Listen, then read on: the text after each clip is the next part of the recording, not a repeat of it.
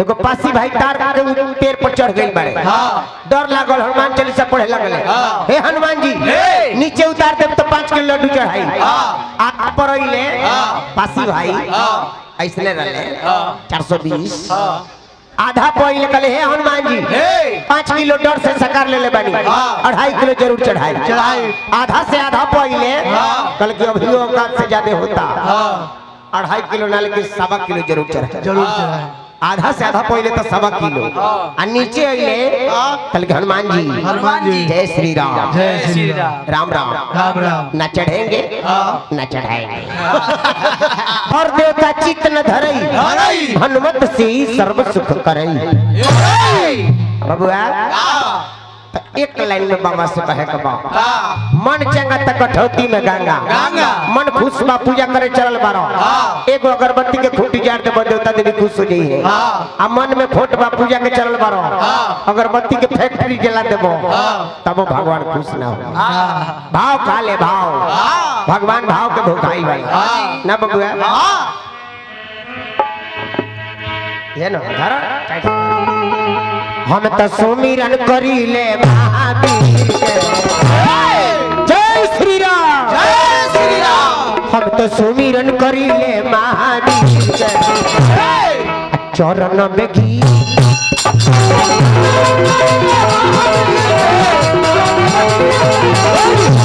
सुमिरन करीले महावीर के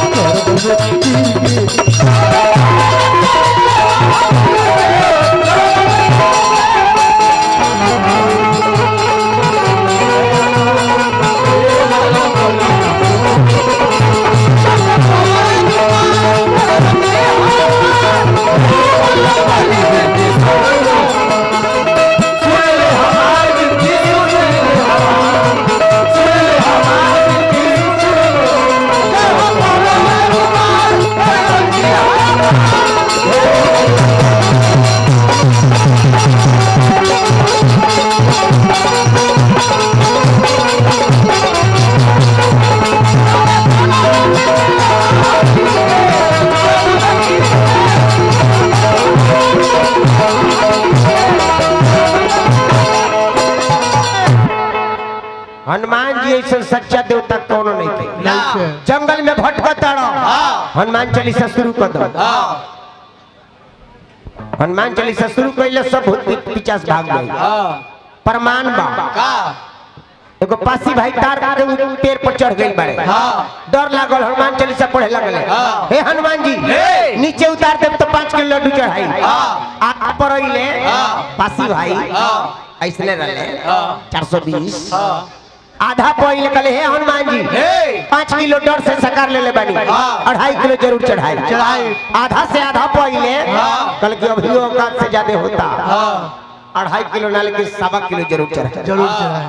आधा से आधा पहिले तो 1.25 किलो आ नीचे अइले कल के हनुमान जी जय श्री राम राम राम ना चढ़ेंगे ना चढ़ाएंगे बात खत्म ना तार पर चढ़ेंगे न लड्डू चढ़ाएंगे। ए बाबा भाई राम के दुआरी रखवारी करेला राम के दुआरी रखवारी करेला खाली हाथे जाला ओकर झोलिया भरे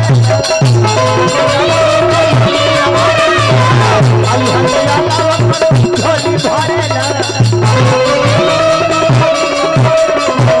बिनती सुन ले तो लगाड़ा ओहिर के बिनती सुन ले तो बनारा ओहिर के चरण में गिर की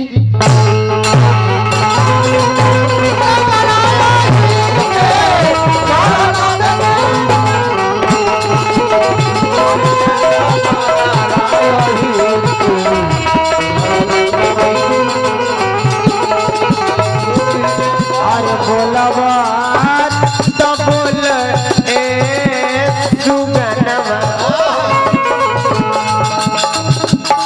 लक्ष्मी मैया के नाम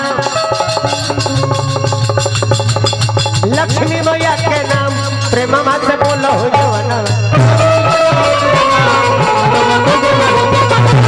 लक्ष्मी मैया के नाम प्रेम प्रेमवा से बोलो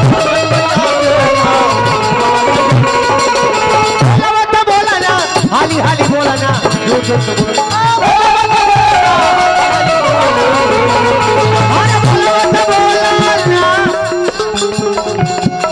गा बजा के कहल हल्ला करके कहल कूद कूद के कहल हमें अंदर हो गाजर आंख में शोभेला गाल में तो कड़ी खा लगा का हो गैस कहाँ चूल्हा में मुंह धुकोले वाला प्रेमवा से बोला ना हाली हाली बोला ना जोर जोर से बोल सीतापति राजा राम राधापति जी श्याम प्रेमवा से बोलो